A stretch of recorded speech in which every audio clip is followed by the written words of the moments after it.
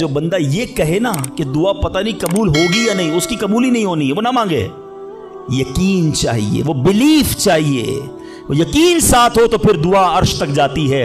अल्लाह से दुआ करो तो घबराओ नहीं, अल्लाह से दुआ करो तो यकीन रखो। अगर वाकई दिल से दुआ है तो रब रास्ते बनाएगा, वो गैब से मदद फरमाएगा। मुझे लगता है मेरा मसला बड़ा है। और फिर मैं वही बात करूंगा कि जिसकी मां जिंदा है, खुदा की कसम मां की दुआएं ले लो, पूछो उनसे जिनकी मां चली गई है। आज जिसकी मां नहीं ना, वो किससे दुआएं करवाए, वो किससे इल्तिजाएं करवाए। सफर पे होते थे तो पीछे कोई था जो मुसल्ला बिछाकर दुआ करता था। हर थोड़े दिनों बाद पैगाम आता था, बेटा किधर पहुंचे, बेटा तबीयत कैसी है। अरे मां सोचो तो सही, बेटे का काम था मां से पूछना कि मां तुम्हारी तबीयत कैसी है। मां पूछती है बेटा तुम कैसे हो। हमने रातों को उठकर मां को जगाया, मां पेट में दर्द है। कभी मां ने हमें बताया कि मेरे पेट में दर्द है बेटा। अपनी तकलीफें सहती रही, अपनी तकलीफें सहती रही, मगर हमें राहतें पहुंचाती रही। ले लो दुआएं, ये दुआओं का साहिबान है। ना करो मां को तंग, ना करो उसे परेशान। जितनी भी बड़ी परेशानी में हो ना, मां के कदमों में बैठ जाओ, को मां मेरे लिए दुआ कर दे। तुम्हारी मां ने दुआ कर दी ना, ये अर्श तक जाती है। और एक और बात बता दूं, कुछ दुआएं वो हैं जो हम कहते हैं मां दुआ कर दो, अब्बू दुआ कर दी, अलग बात है, वो करते हैं। इतनी खिदमत करो कि कहना ना पड़े, मां खुद दुआ करे या अल्लाह मेरे बेटे की खैर कर दे। मां वालिद खुद दुआ करे या अल्लाह मेरे बेटे के बिगड़े काम बना दे। फिर देखो क्या होता है तुम्हारे साथ। अल्लाह के हबीब अलैहिस्सलाम फरमाते, जिसका मजमून है, जब कोई फासिक, फाजिर, गुनाहगार शख्स अल्लाह की बारगाह में दुआ करता है, अल्लाह फरिश्तों से फरमाता है इसका काम जल्दी कर दो। क्यों? फरमाता है इसका मांगना पसंद नहीं आ रहा, इसकी आवाज अच्छी नहीं, जल्दी काम कर दो। और फरमाया जब अल्लाह का कोई नेक बंदा, रब का महबूब, जब अल्लाह की बारगाह में दुआ करता है, अल्लाह फरिश्तों से फरमाता है अभी इसको ना देना, अभी इसका काम ना करना, इसको और मांगने दो, मुझे इसका मांगना बड़ा पसंद आ रहा।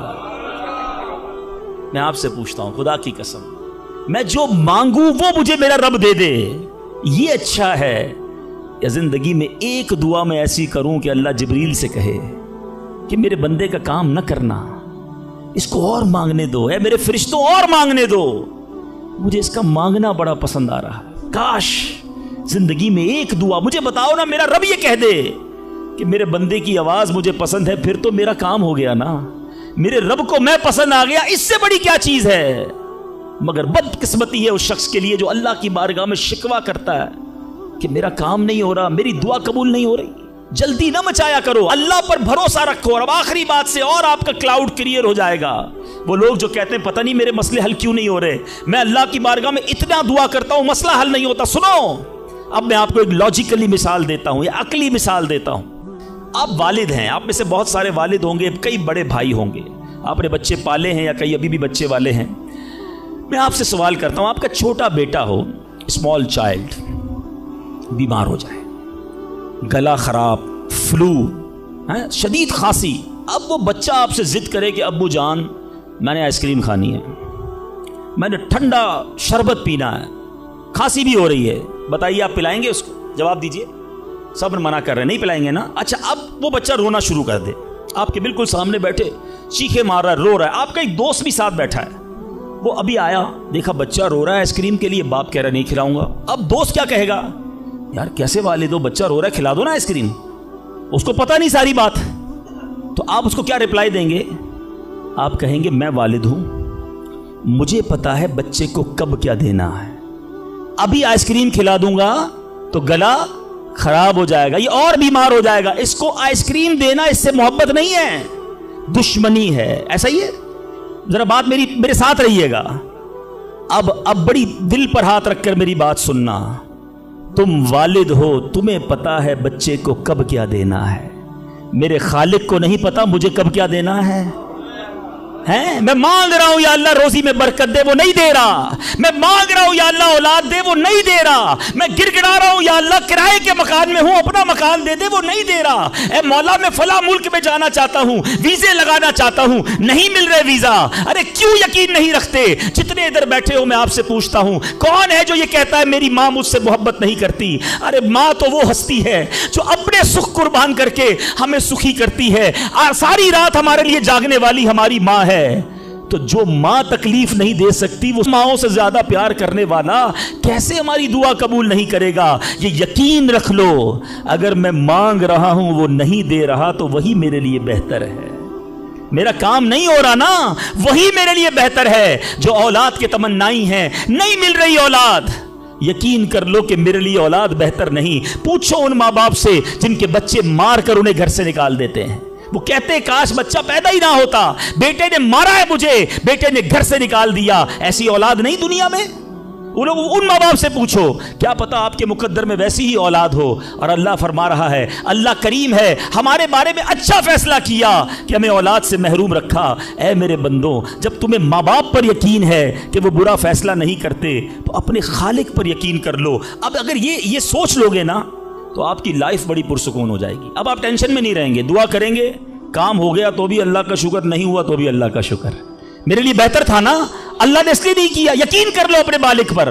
एक बार मैं अफ्रीका में था, तंजानिया में, एक बहुत बड़े बिजनेसमैन थे। उन्होंने कहा, मेरा बहुत बड़ा उनका कारोबार था। 7,000 घर उन्होंने बनाए थे, पूरा सिटी बनाया। बड़ी मोहब्बत करते हैं दावत इस्लामी से। मुझे कहा, तंजानिया आए, अब हमारे साथ चलें और हमारे उस पूरे शहर के अंदर दुआ कर दें। मैंने कहा चलें, चलते हैं। मैं उनके साथ बैठ गया उनकी गाड़ी में। सुनिएगा ज़रा, मैं उस बिजनेसमैन से एक बात सीखा हूँ और मैं भूलता नहीं हूँ बात। तकरीबन जब भी मैंने ये बयान किया, मुझे वाकया खुद ही याद आ जाता है। तो हम गए उसके साथ, one of the biggest businessman of that country, बड़ा काम था उनका। हम गए तो इत्तेफाक था, जो पुल था उस शहर को और इनके शहर को मिलाने वाला, वहाँ कोई वर्क हो रहा था, काम हो रहा था। गाड़ी रुक गई हमारी। वो बड़ा आदमी था, उसने कई लोगों को फ़ोन किया, भाई हमारी गाड़ी को निकलने देखा। नहीं साहब, गाड़ी नहीं निकल सकती, पुल पर काम हो रहा है, ट्रैफिक क्लोज। बहुत कोशिश की उसने, नहीं हुआ। हम वापस आ गए। जब हम वापस आए तो मुझे लगा कि यार इसको बेचारे को दिल छोटा हो जाता है ना इंसान का, बड़ी मोहब्बत से लेकर गया और ले ही नहीं जा सका। तो मैंने कहा, आप घबराएं नहीं, इसमें कोई खैर होगी, अल्लाह खैर करेगा। मैं उनको तसल्ली दे रहा हूँ। यार उस बंदे ने जो जुमला कहा ना, वो कहता है, भाई मेरी ज़िंदगी का एक दस्तूर है, जब मेरा काम हो जाता है ना तो मैं एक बार अल्लाह का शुक्र अदा करता हूँ, नहीं होता तो 2 बार अल्लाह का शुक्र अदा करता हूँ। मैं शॉक्ड हो गया। मैंने कहा, आपने क्या कहा, दोबारा कहिए। वो बिजनेसमैन है, इज नॉट मौलवी, कोई आलिम दीन नहीं थे, लेकिन मुझे सिखा गया वो बंदा। मैंने कहा, दोबारा कहिए। वो कहता, जब मेरा काम हो जाता है ना, मैं एक बार अल्लाह का शुक्र अदा करता हूँ, जब नहीं होता तो मैं 2 बार अल्लाह का शुक्र अदा करता हूँ। मैंने कहा, ये क्यों? कहते, नहीं किसने किया, काम नहीं हुआ तो किसकी मर्जी से हुआ, हम दोनों का जाना वहाँ ठीक ही नहीं था। जब ही रोड बंद हो गया, अल्लाह ने जो किया मेरे मालिक ने बेहतर किया। मैंने कहा, यार आप कमाल की शख्सियत हो। मैं इतना खुश हुआ उस बंदे से। ये फॉर्मूला याद कर लो, लाइफ पुरसुकून हो जाएगी। जो मांगो मिल जाए या अल्लाह तेरी मेहरबानी, जो ना मिला या अल्लाह फिर भी तेरी मेहरबानी। तू मेरे माँ से ज्यादा मुझे चाहने वाला है, बेहतर था जभी तो नहीं दिया। अच्छा, अब दुआ के कुछ आदाब भी सुन लें। दुआ कबूल ना होने का एक सबब हराम रोजी भी है। हदीस के अल्फाज हैं, हराम खोर की दुआ कबूल नहीं होती। बंदा हराम भी खा रहा है, सूद का काम भी कर रहा है, मिलावट भी कर रहा है, झूठ बोलकर रोजी भी कमा रहा है, कहता है दुआ क्यों कबूल नहीं होती? एक बार हजरत मूसा अला नबीना अलैहिस्सलाम ने एक शख्स को देखा, बड़ा रो रहा था, बड़ा गिड़गिड़ा रहा था, या अल्लाह मेरी दुआ कबूल कर ले, या अल्लाह मेरी दुआ कबूल कर ले। हजरत मूसा ने देखा, अल्लाह से अर्ज की, मौला तेरा बंदा कितना रो रहा है, गिड़गिड़ा रहा है, मेरे मालिक इसकी दुआ कबूल कर ले। इरशाद हुआ, ए मूसा, ये इतना रोए कि रोते रोते मर जाए, इतने हाथ उठाए कि इसके हाथ आसमान को छू लें। ऐ मूसा, मैंने इसकी दुआ कबूल नहीं करनी। अर्ज की, मौला क्या वजह है? इरशाद हुआ, ऐ मूसा, ये खाता हराम है, इसे जो लिबास पहना ये हराम है। सोचिए, अल्लाह के नबी सिफारिश कर रहे हैं, अल्लाह इसकी दुआ कबूल कर ले, मगर हराम खाने वाले की दुआ कबूल नहीं होती। अपनी रोजी पाकीज़ा करो। आप में सारे चाहते हैं ना मुस्तजाबुद दावत बन जाए। मुस्तजाबुद दावत के माना क्या है? जिसकी सारी दुआएं कबूल हों। सब चाहते हो ना? हजरत साद बिन नबी वकास ने प्यारे आका से सवाल किया, क्या ब्यूटीफुल क्वेश्चन कर लिया, हमारे काम सीधा हो गया। आका से अर्ज की, या रसूल अल्लाह, मैं मुस्तजाबुद दावत बनना चाहता हूँ, I want to be a मुस्तजाबुद दावत। नबी पाक ने कोई लंबा चौड़ा, आपको तो पूरा सिलेबस दिया जाता है ना, पीएचडी करना है तो इतनी किताबें पढ़ो, एमबीबीएस करना है तो इतनी किताबें पढ़ो, लेकिन मुस्तजाबुद दावात तो कमाल हो गया ना, उससे बड़ी डिग्री है कोई? जो दुआ मांगो वो मिल जाए। कोई बड़ा सिलेबस नहीं दिया नबी पाक ने, इतने साल रोजे रखो, इतनी तलावत करो, इतने सजदे करो, इतने तवाफ करो। सुनो, एक लाइन में मेरे आका ने जवाब दे दिया, फरमाया ऐ साद अपने लुक्मे पाकीज़ा कर लो तो मुस्तजाबुद दावात हो जाओगे। That's it. ग़िज़ा पाकीज़ा हो, आपकी दुआएं कबूल होना शुरू हो जाएंगी। एक और बड़ी अहम बात जो मिस्टेक कर जाते हैं वो क्या है कि हम दुआ के अंदर फोकस नहीं करते। याद रखें, अल्लाह गाफिल दिल की दुआ नहीं सुनता, याद रखिएगा। मिसाल के तौर पे हम दुआ करते वक्त आमीन, अब इधर देख रहे हैं आमीन आमीन आमीन, बात अल्लाह से कर रहे हो और ध्यान कहीं और है। इसको मैं आपकी एग्जाम्पल देता हूँ। आप में से कई टीचर्स बैठे होंगे, प्रोफेसर बैठे होंगे, सेठ बैठे होंगे, वालिद बैठे होंगे। आपका स्टूडेंट आपके सामने बैठा है, आपका बेटा आपके सामने बैठा है, आपका मातहत आपके सामने बैठा, आप उसको बड़ा कोई बात समझा रहे हैं, बेटा देखो यूं करना यूं करना है। वो कभी इधर देखे, कभी उधर देखे, कभी मोबाइल निकाल ले, कैसा लगेगा आपको? कमाल है यार, मैं तुमसे बात कर रहा हूं और तुम्हारा ध्यान कहीं और है। तवज्जो से सुनो। आपको बुरा लगता है आपका बच्चा आपकी बात ना सुने, तुम रब की बारगाह में हाथ उठाकर ध्यान कहीं और है, किधर से दुआ कबूल होगी? ये बेअदबी है। बारगाह इलाही में हाजिर हैं तो बस फोकस, पता चले मैं किसके दरबार में हूं, आंखें झुकी हों, अदब से बंदा बैठे वुजू करके, हैं उसका ख्याल मालिक के दरबार की तरफ हो कि गुलाम एक मुजरिम बादशाह के दरबार में हाथ उठाए भिखारी बनकर हाजिर हुआ है। फिर देखे कैसे अता मिलती है। एक और मिस्टेक दुआ कबूल ना होने का एक सबब, और वो है यकीन। एक बड़ा प्रॉब्लम यह है, बंदा कहता है यार चलो मांग लेते हैं, बाकी होती नहीं अपनी दुआ कबूल। एक वाकया मुझे याद आया, एक बार एक गांव में बारिश नहीं हो रही थी, बड़ा ज़बरदस्त कहत। गांव वालों ने तय किया चलो मिलकर ज़रा दुआ करते हैं, नमाज इस्तिस्का वगैरह पढ़ते हैं। गांव के सारे लोग जमा हुए, हज़ारों का मजमा। कई सालों से उस गांव में बारिश ही नहीं हुई, पत्ते पत्ते को, बूंद बूंद को लोग तरस रहे। कहत, एक नौजवान, एक यंगस्टर आया, हाथ में उसकी छतरी है। सारे गांव वाले हंसने लगे कि अल्लाह के बंदे, कई सालों से एक कतरा पानी का नहीं गिरा, तुम छतरी लेकर आए हो। उस नौजवान ने कमाल का जवाब दिया कि जिससे मांगने आए हैं वही तो बरसाने वाला है। अब अगर उसने बरसा दी तो क्या भीगते हुए जाऊंगा? अब हुआ यही, किताब में लिखा सबने दुआ मांगी, नौजवान के यकीन की बरकत से दुआ के दौरान मूसलाधार बारिश शुरू हो गई। सारा गांव भीगते हुए गया, नौजवान छतरी के नीचे चलता हुआ जा रहा है। यकीन होगा तो काम होगा, दुआ पर यकीन नहीं, तो अल्लाह पर ही यकीन नहीं है तो काम कैसे होगा? ये तो चंद मैंने आदाब बयान कर दिए। अब मैं दो बड़ी अहम बातें करना चाहता हूं कि दुआ जो है ना माँ बाप की, वो बड़ी इंपॉर्टेंट है। बाज़ औक़ात हम समझते हैं कि यार काम नहीं हो सकता मेरा, बड़ा टिपिकल है, मैं बड़ी मुश्किल में फंस गया हूँ, मेरे मसाइल बहुत हैं, ये मसला हल हो ही नहीं सकता, मैं इतने बड़े कर्जे में आ गया हूँ कि वो कर्जा कैसे उतरेगा? मैं सारी ज़िंदगी नौकरी करता रहूँ, कर्जा तो नहीं उतरना, मेरी ये बीमारी डॉक्टर कहते ठीक ही नहीं होगी। यहाँ आकर हमारा कॉन्फिडेंस शेक हो जाता है, हम अल्लाह से भरोसा उठा लेते हैं, हमें लगता है नहीं यार ये प्रॉब्लम सॉल्व नहीं हो सकता। आज एक बात सीख कर जाना, जो प्रॉब्लम आपके सामने बहुत बड़ा है ना, वो आपके लिए बड़ा है। इन्नल्लाह अला कुल्ली शैइन कदीर, मेरा मालिक जब चाहे जैसे चाहे हुक्म फरमाए और मसला हल हो सकता है। अब मैं आपको इसको लॉजिकली समझाता हूं। एक आपने देखा होगा आपके घर में चूंटियां चलती हैं, बाजू का चूंटियां होती है ना, अब चूंटी जा रही है, आप उसके सामने सेब रख दें। अब चूंटी की तरफ रहकर सोचें, चूंटी देखेगी इतनी बड़ी चीज सेब, चूंटी के लिए वो सेब पहाड़ है, चूंटी हटा सकती है उसको? नहीं, वो क्या करेगी? खड़ी रहेगी या तो रास्ता बदल देगी। यार इतनी बड़ी चीज सामने आ गई, मैं तो कुछ नहीं कर सकती। वही सेब आप वापस उठा के जेब में रख लें, चूंटी का रास्ता क्लियर। बात समझ रहे मेरी? सेब चूंटी के लिए क्या था? पहाड़। आपके लिए क्या है? सेब। आपने उठाया वापस जेब में रख लिया, चूंटी के सामने से पहाड़ हट गया। जो प्रॉब्लम मेरे और आपके सामने है ना, मेरे लिए पहाड़ है, आपके लिए पहाड़ है, आपको लगता है सॉल्व ही नहीं हो सकता। इन्नल्लाह अला कुल्ली शैइन कदीर, वो जब चाहे जैसे चाहे मिनटों में, मिनट भी ज्यादा है, सेकंडों में प्रॉब्लम सॉल्व करता है। दिल से दुआ मांगो। अब मैं आपको एक वाकया सुना, एक डॉक्टर का बड़ा ही जबरदस्त वाकया मैंने किताब में पढ़ा। डॉक्टर अहमद उस शख्स का नाम था। एक कंट्री में वो बड़ा जबरदस्त डॉक्टर था और one of the biggest doctor of that country. हुकूमत ने प्लान किया कि उस डॉक्टर को कंट्री का सबसे बड़ा अवार्ड देना है, सबसे बड़ा इनाम।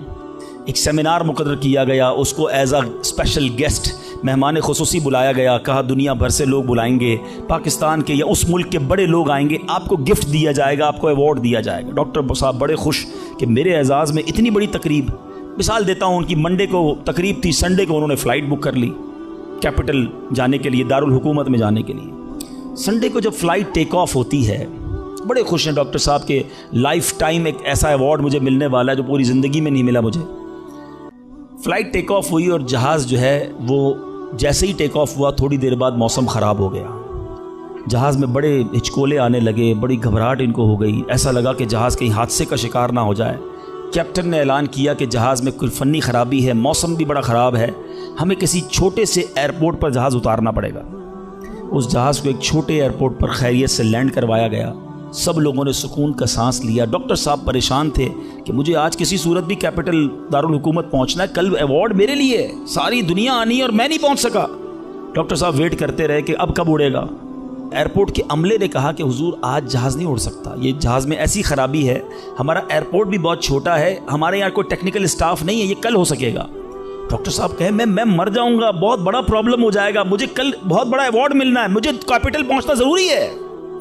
देखें अगर आपने वाकई वहाँ पहुँचना है ना तो इसका आसान हल ये, आप गाड़ी किराए पे लें, जहाँ जाना है वो 6-7 घंटे की ड्राइव है, आप रात तक पहुँच जाएंगे, आप जहाज़ का इंतज़ार ना करें। डॉक्टर साहब को मशवरा समझ आया, रेंट अ कार ली, गाड़ी ड्राइव करना शुरू की। सारे रास्ते में बारिश, बिजली चमक रही है, अकेला ड्राइवर गाड़ी चला रहा है। डॉक्टर साहब अचानक उसको समझ ही नहीं आई, रास्ता पहली बार था, वो किसी अननोन रास्ते पर चढ़ गया, मोटरवे से उतरकर किसी छोटे रास्ते पर चला गया। चलते चलते चलते बारिश ज़बरदस्त, भूख ज़्यादा लगी। डॉक्टर को एहसास हो गया कि मैं गलत रास्ते पर आ गया। अब बारिश भी इतनी, भूख से बुरा हाल। देखा एक छोटा सा घर, उसमें बल्ब जल रहा था। उस डॉक्टर ने गाड़ी वहाँ पार्क की, दरवाज़ा नॉक किया। एक बूढ़ी खातून बाहर निकली। कहा बेटा कौन हो? कहा माँ जी रास्ता भूल गया हूँ, बारिश बहुत है। कहा बेटा अंदर आ जाओ। उस खातून ने जो घर में खाना बना था डॉक्टर को पेश किया। डॉक्टर अहमद को भूख बड़ी लगी थी, खाना खा लिया। अब उस बूढ़ी माँ के पीछे डॉक्टर ने देखा एक जवान बेटा बिस्तर पर लेटा है। कहा माँ जी ये कौन है? कहा बेटा मेरा पोता है, शदीद बीमार है, मैं गरीब औरत हूँ, मगर मेरे पोते को जो मेरी ज़िंदगी का सहारा, एक ऐसी बीमारी हो गई है, हमारे गांव में मैंने कई डॉक्टरों को दिखाया है, डॉक्टर कहते हैं कि इसका इलाज पाकिस्तान में एक ही डॉक्टर है जिसका नाम डॉक्टर अहमद है, वही कर सकता है। बेटा हर नमाज के बाद दुआ करती हूँ कि इतने पैसे जमा हो जाएं कि मैं अपने इस माजूर बेटे को डॉक्टर अहमद के पास ले जाऊँ। तुम मुझे मुसाफिर लगते हो, ज़रा तुम भी दुआ कर दो मेरे बेटे का इलाज हो जाए। डॉक्टर अहमद दस्तरखान पर बैठकर रोने लगा। कहता है माँ जी मेरे जहाज़ का ख़राब होना, छोटे एयरपोर्ट पर उतरना, मेरी गाड़ी का रास्ता भूलना और आप ही के दरवाजे पर आकर खड़े होना, ये फ़कत आपकी दुआओं का समरा है। मैं ही डॉक्टर अहमद हूँ, आज आपके घर में आ गया हूँ, मैं आपके बेटे का इलाज करूँगा। ये है दुआ। और आखिरी बात आज के बयान की कि कभी किसी की बद्दुआ ना लेना। दुआ असर रखती है ना तो बद्दुआ भी असर रखती है। हाय जो होती है ना दिल से निकलती है, वो बर्बाद कर देती है इंसान को। अगर आपको लगता है ना कि यार मेरा चलता कारोबार खराब हो रहा है, मेरी जिंदगी में प्रॉब्लम शुरू हो गई है, मेरे घर में बड़ी खुशियां थी, आहिस्ता आहिस्ता चीजें खराब हो रही हैं, फौरन चेक करो किसी पर जुल्म तो नहीं किया, किसी की हाय तो नहीं ली। एक बार मैंने एक वाकया, इसी किताब में ये वाकया भी पढ़ा कि एक मछेरा था और एक पुलिस वाला कोतवाल उस मछली बाजार में गया और उसने देखा बड़ी ताज़ा मछली मछेरा बेच रहा है। कहा कितने की है, दिखाओ ज़रा। उसने कहा साहब इतने 100 रुपए की है। कहा कभी हमने किसी को पैसे दिए? मछली छीनी और चला गया। वो गरीब मछेरा बड़ी चीखें मारी कि भाई मेरी रोज़ी है, मैंने आज बच्चों के लिए खाना लेकर जाना है, मगर उस पुलिस वाले ने नहीं सुनना था। वो उस मछली को लेकर चला गया। मछली इतनी फ्रेश थी कि वो फड़क रही थी। उसी फड़कने के दौरान उस मछली ने उस पुलिस वाले के अंगूठे पे काट लिया। नॉर्मल सा था मामला था। घर आ गया, घर आया, बीवी को कहा मछली पकाओ, फ्रेश फिश लाया हूं। मगर थोड़ी देर बाद अंगूठे में दर्द शुरू हो गया। और आप जानते हैं इन्फेक्शन किसको कहते हैं, चीज़ों का ख़राब होना किसको कहते हैं। उसके अंगूठे में शदीद पेन शुरू हो गया, बहुत दर्द। खाना बाद में खाऊंगा, पहले दोस्त डॉक्टर है उसके पास जाता हूँ। उसके पास गया, कहा डॉक्टर साहब देखें ये अंगूठे में क्या हो गया है, बहुत लाल हो गया, बहुत दर्द हो रहा है। कहा इसमें जहर फैल गया है, अभी अभी डिसाइड करो वरना ये अंगूठा नहीं काटोगे तो हाथ काटना पड़ेगा। कहा अच्छा। हाँ, अंगूठा कटवाया, घर आया, बड़ा अफसुर्दा कि अंगूठा ही कट गया। अभी दस्तरखान पर बैठा तो हथेली में दर्द शुरू हो गया, हथेली लाल होना शुरू हो गई, बड़ी बड़ी तकलीफ। फिर गया डॉक्टर के पास कि डॉक्टर साहब आपने कहा था अंगूठा कटवा दो, हथेली बच जाएगी, हथेली भी लाल हो गई। कि बेटा इसमें भी इंफेक्शन हो गया है, फौरी फैसला करो, मेरी अकल काम नहीं कर रही, वरना ऐसा ना हो तुम्हारा पूरा बाजू काटना पड़े। मरता क्या ना करता, हथेली कटवाई, फिर घर आया, पट्टी बंदी हुई हाथ पे, आंखों में आंसू हैं, तड़प के लेटा। लेकिन रात चैन से नींद ना आई, हाथ में दर्द होना शुरू हो गया, पूरा हाथ लाल हो गया, परेशान। डॉक्टर के पास जाने वाला था, उसका एक दोस्त बड़ा समझदार था, वो देख रहा था कि शाम अंगूठा कटवाया, फिर हथेली कटवाई, अब हाथ के लिए तड़प रहा है। कह रहे एक बात बताओ, आज तुम्हारे साथ कोई वाकया हुआ है क्या, तुमने कोई काम किया है? कहता हाँ, मैं एक गरीब मछेरे से मछली छीन कर आया हूं। वो रोता रहा, मैं उसका जवाब मैंने नहीं दिया। वो दोस्त बड़ा समझदार था, कहा जल्दी करो, उस मछेरे से माफी मांगो वरना एक एक करके पूरा जिस्म कट जाएगा। रातों रात दोनों दोस्त भागे, उस मछेरे का घर ढूंढा, आधी रात को उसके घर पहुंचे और उस पुलिस वाले ने हाथ जोड़कर कहा कि देखो मेरा हाथ कट गया है, मुझे अल्लाह के वास्ते माफ कर दो। और मजे की बात यह है गरीब का दिल बहुत बड़ा होता है, जुल्म भी हुआ था फिर भी उसने कहा जा मैंने तुझे माफ किया। उस दोस्त बड़ा समझदार था, उसने मछेरे को पकड़ लिया। कहा एक बात तो बताओ, जब ये तुमसे मछली छीन कर गया तुमने कुछ कहा था क्या? कहते हाँ, मैंने अल्लाह की बारगाह में दुआ की थी। कहा या अल्लाह मैं कमजोर हूं, ये बंदा मुझ पर जुल्म करके मेरे बच्चों की रोजी ले गया है, मैं इसका कुछ नहीं बिगाड़ सका। ए अल्लाह मेरा बदला तूने लेना है, ए अल्लाह मेरा बदला तेरे जिम्मे है, अब तू अपनी कुदरत से मेरा बदला लीजियो। ऐ मेरे मीठे इस्लामी भाइयों, याद रखना, हाय ना लेना किसी की, तकब्बुर न करना कि मैं बड़ा कर्रो फर वाला हूं, मैं इंजीनियर, मैं डॉक्टर, मैं प्रोफेसर, मैं सेठ। आज आप कुछ भी हैं, ये अल्लाह ने आपको दिया है। एक हाय लग गई ना, अल्लाह के किसी बंदे को तकलीफ पहुंचा दी और उसने हाथ उठा दिए। ये दुआ बड़ी कमाल की चीज है, तूफान टाल भी देती है और बर्बाद भी कर देती है। बर्बादी से बचना है, लोगों की दुआएं लीजिए। जिंदगी में ऐसे काम करना मीठे इस्लामी भाइयों कि मेरी गैर मौजूदगी में भी लोग दुआ दें कि क्या बंदा है, क्या मिलता है, क्या अखलाक है। ऐसा ना करना कि किसी से मिलकर जाओ तो जाने के बाद लोग कहें इतना गुरूर, इतना तकब्बुर, मुझे जलील करके गया। आज मुलाजिम को हम जलील कर देते हैं, आज बीवी बच्चों के सामने गालियां निकालते हैं, आज लोग हमसे डरते हैं। याद रखो ये इज्जत नहीं है। आज आपका, अगर मैं जो प्रोफेसर बैठे उनसे कहना चाहता हूं, आप टीचर हैं और आपके स्टूडेंट आपका अदब करते हैं, ये अदब है या डर है? चेक कीजिए। आपके सामने जो अदब करे और पीछे गालियां दे, वो अदब नहीं, वो इज्जत नहीं। इज्जत यह है कि मैं सामने ना भी हूं तो लोग कहें कि कमाल का आदमी है। अल्लाह इसकी खैर फरमाए। काश मैं ऐसी जिंदगी गुजारने में कामयाब हो जाऊं, आप गुजारने में कामयाब हो जाएं कि जब दुनिया से जाए ना तो लोग हाथ उठाकर दुआ करें, मग़फ़िरत की दुआ करें, हमारे अच्छे काम उन्हें याद आए। लोगों के दिलों में नफरतें ना डालो। आज किसी पर जुल्म करके, रोब जमाकर, उसको धौंस में लेकर हम अपना काम तो निकाल लेते हैं, मगर याद रखना वो भी बंदा रब का है, अल्लाह का बंदा है, नबी पाक का उम्मती है, उसका भी कनेक्शन है। और अगर तड़प कर उसने दुआ कर दी ना तो हमारी बर्बादी कोई नहीं रोक सकेगा। अगर मेरा कोई भाई ऐसा बैठा है ना जो देख रहा है कि यार कारोबार डाउन हो रहा है, फैमिली डिस्टर्ब हो रही है, सेहत गड़बड़ हो रही है, कुछ चीजें बिखरती महसूस हो रही हैं, फौरन अलर्ट हो जाएं, चेक करें मुलाजमीन से जुल्म तो नहीं हो रहा, पड़ोसियों को तकलीफ तो नहीं हो रही, बीवी बच्चे तो परेशान नहीं, माँ बाप, बहन भाई, रिश्तेदार, खाला मामू चाचा बहुत परेशान है लोगों से। हम समझते हैं हम सब ठीक है, नहीं, सब ठीक नहीं है। दिल तोड़े हुए हैं, जलील किया हुआ है हमने, हैं? दुनिया को बांटते हैं, अपनों को परेशान किया हुआ है। जो शरीयत सिखाती है कि सबसे ज्यादा हक है हमारे माँ बाप का हम पर, फिर हमारे घर वालों का, फिर हमारे रिश्तेदारों का।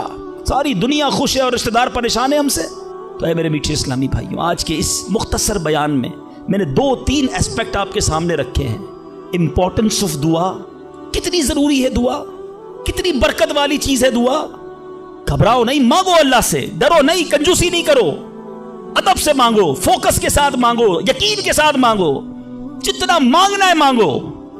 और दूसरी बात, हराम से बचना है ताकि दुआएं कबूल हो, और ना मिले तो शिकवा नहीं, हर हाल में अल्लाह का शुक्र अदा करना है।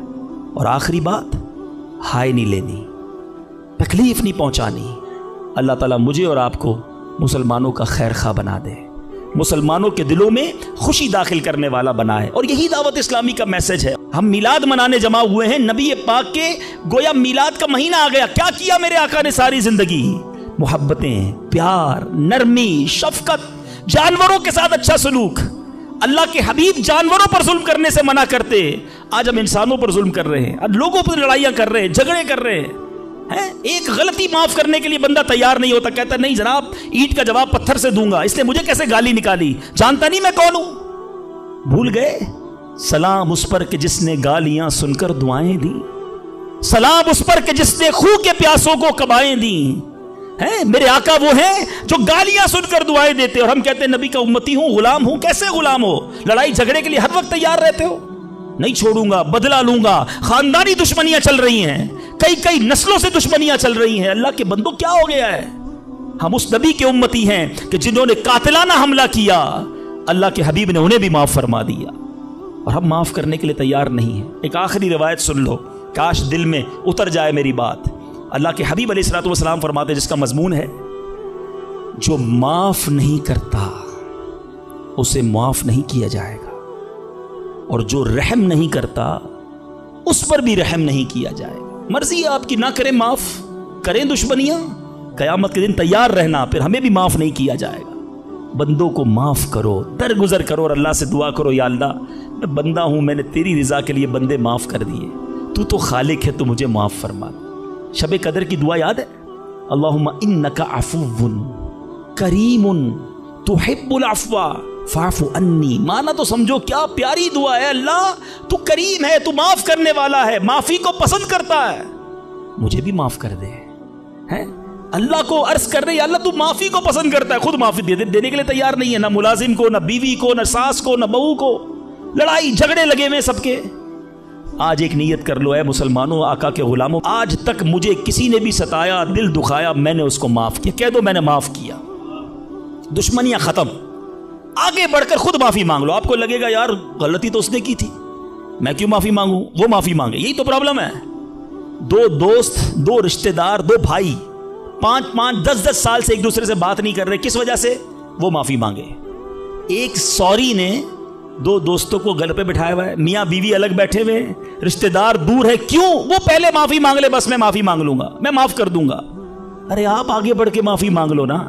हमारी मेमनी में एक जुमला कहा जाता है, जो नमी हो वो अल्लाह के गमी हो, जो झुक जाता है वो अल्लाह को पसंद आ जाता है। आप आगे बढ़ जाओ, आप फोन कर दो आज, ए मेरे भाई कई साल हो गए आप नाराज हैं, जो भी मुझसे गलती हुई अल्लाह की रजा के लिए माफ कर दो, मैं आपके घर मिठाई का डब्बा लेकर आना चाहता हूँ। अरे जाओ यार, दोस्ती कर लो। ये रिश्तेदार, ये प्यार करने वाले दुनिया में वैसे ही थोड़े होते हैं, इन थोड़ों से ही हमने दुश्मनियां लगाई हुई हैं। थोड़ी लाइफ है, प्यार से गुजारो, मोहब्बत से गुजारो, खत्म कर दो दुश्मनियां, फिर देखो इंशाअल्लाह कैसे मोहब्बतें बढ़ती हैं।